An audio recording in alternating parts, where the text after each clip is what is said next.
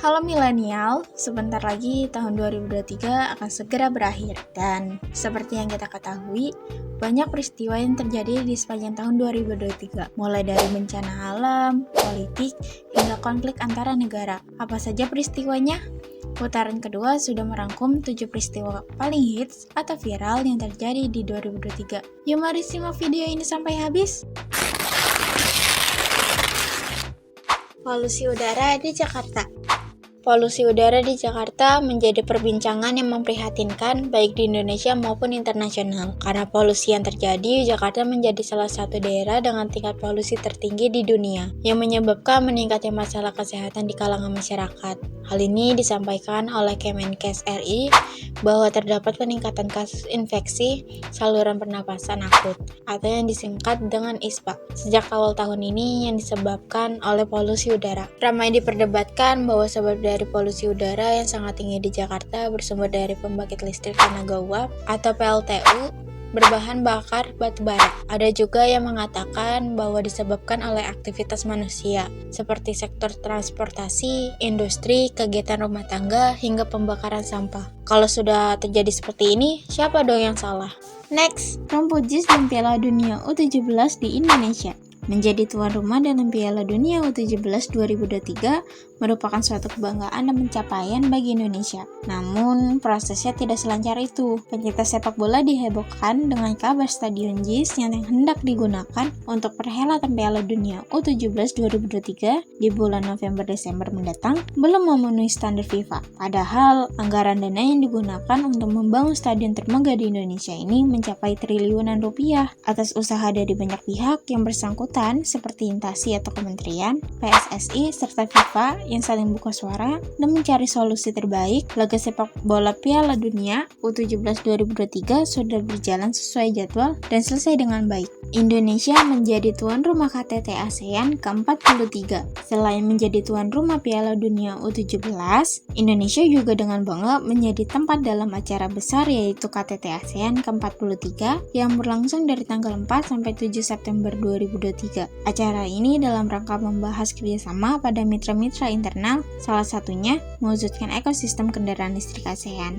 Keren banget ya! Konser Coldplay di Indonesia. Konser Coldplay di Indonesia menjadi salah satu konser terbesar yang paling dinantikan, sehingga penjualan tiket pun cepat terjual habis atau sold out. Konser Coldplay yang digelar di Stadion GBK Rabu 15 November 2023 dihadiri ribuan orang. Semua terlihat berjalan lancar sampai dengan adanya banyak keluhan yang bermunculan di media sosial. Keluhan tersebut banyak menarik perhatian. Salah satunya adalah bahwa ada penipuan dalam penjualan tiket. Salah satu pelakunya adalah Gisha Deborah Aritonang, mahasiswi Trisakti yang melakukan penipuan tiket Coldplay hingga 15 miliar. GDA sudah diproses oleh pihak berwajib dan mendapatkan hukuman penjara selama 4 tahun lamanya. Kira-kira sudah setimpal belum ya hukumannya? Lanjut, kasus MK terkait penetapan Capres-Cawapres. Untuk kasus yang satu ini pasti banyak pertanyaan dan kejanggalan. Seperti diketahui, MK memutuskan adanya pelanggaran kode etik dalam putusan MK yang melonggarkan syarat percalonan presiden, wakil presiden,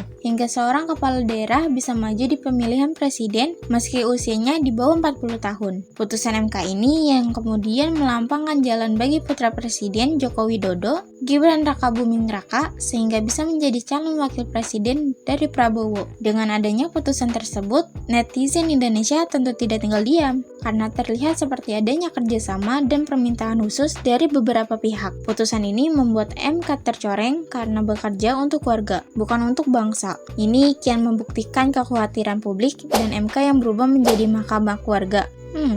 Bahaya nih.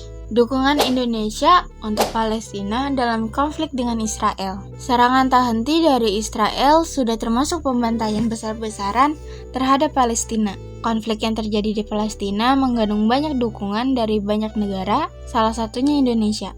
Dukungan dan ajakan dinyatakan tegas dari Presiden RI Joko Widodo dalam berbagai kesempatan, salah satunya di konferensi tingkat tinggi luar biasa organisasi OKI di Riyadh, Arab Saudi dan dipertemukan dengan Joe Biden, Presiden Amerika Serikat di White House, Washington, D.C. Dukungan resmi lainnya datang dari Menteri Luar Negeri Retno Marsudi yang menyampaikan pidato penyertaan nasional di sidang Majelis Umum ke-78 PBB pada hari Sabtu 23 September 2023 di New York. Lalu pada Minggu 5 November 2023 di Monas, Jakarta, ramai masa dari lapisan masyarakat datang untuk mendukung kemerdekaan Palestina. Ajakan memboikot beberapa produk dan perusahaan yang mendukung Israel seperti Puma, Google, Coca-Cola, Starbucks, Burger King, dan produk lainnya juga dilakukan. Dia tetap vokal menyuarakan kedamaian dan kemerdekaan untuk Palestina.